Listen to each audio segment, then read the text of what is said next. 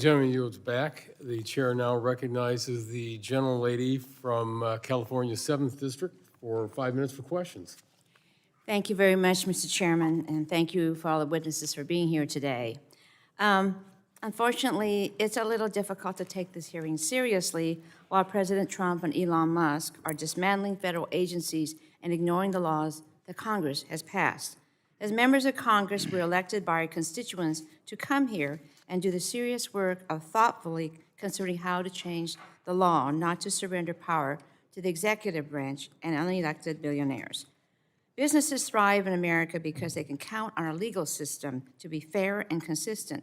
It is what protects our citizens from discrimination and arbitrary punishment.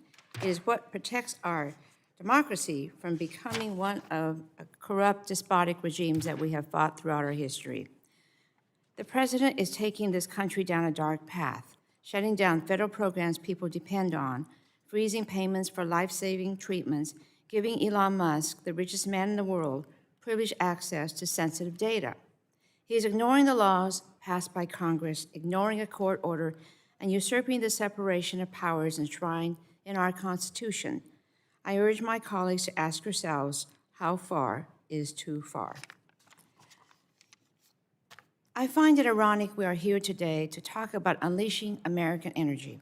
Well, the president is freezing funding for energy projects, threatening tariffs on critical energy and manufacturing inputs, blocking the development of solar on federal lands, and banning wind energy.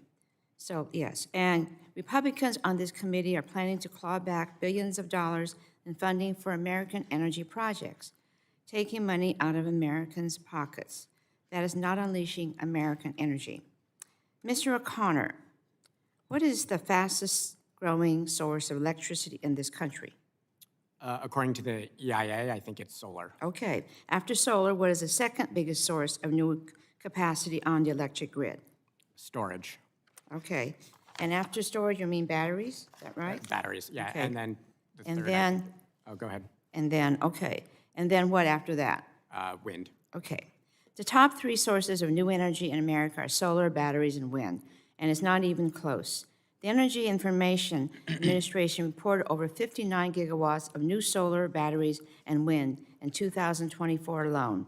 Compare that with 2.6 gigawatts of new natural gas. That's almost 23 times more solar, batteries, and wind than natural gas.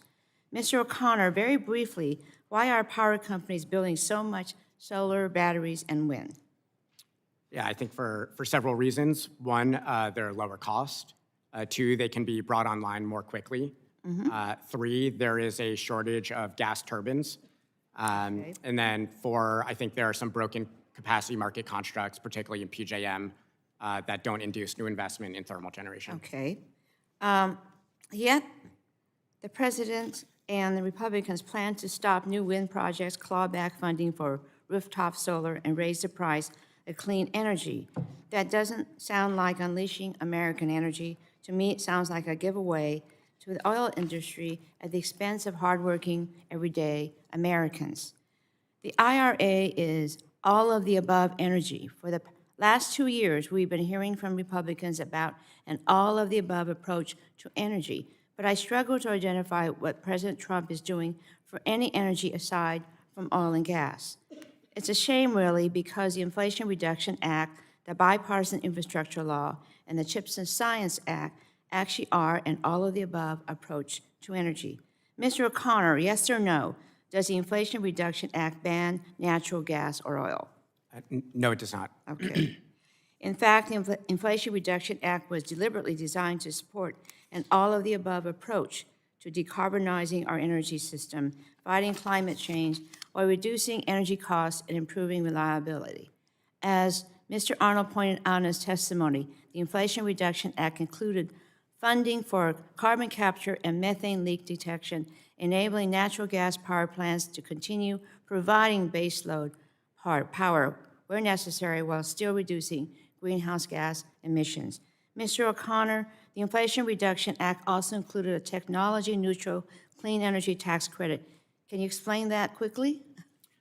Sure. The Section 48E and Section 45Y, those are the Clean Electricity Investment Tax Credit, which is a tech-neutral tax credit for investments in clean electricity generation. And then the Clean Electricity Production Tax Credit provides a tax credit for the production of clean electricity. Okay, so the Inflation Reduction Act supports any energy source as long as it doesn't emit pollution. I see I'm running out of town, and Mr. Chairman, I yield back the balance of my time. Thank you very much,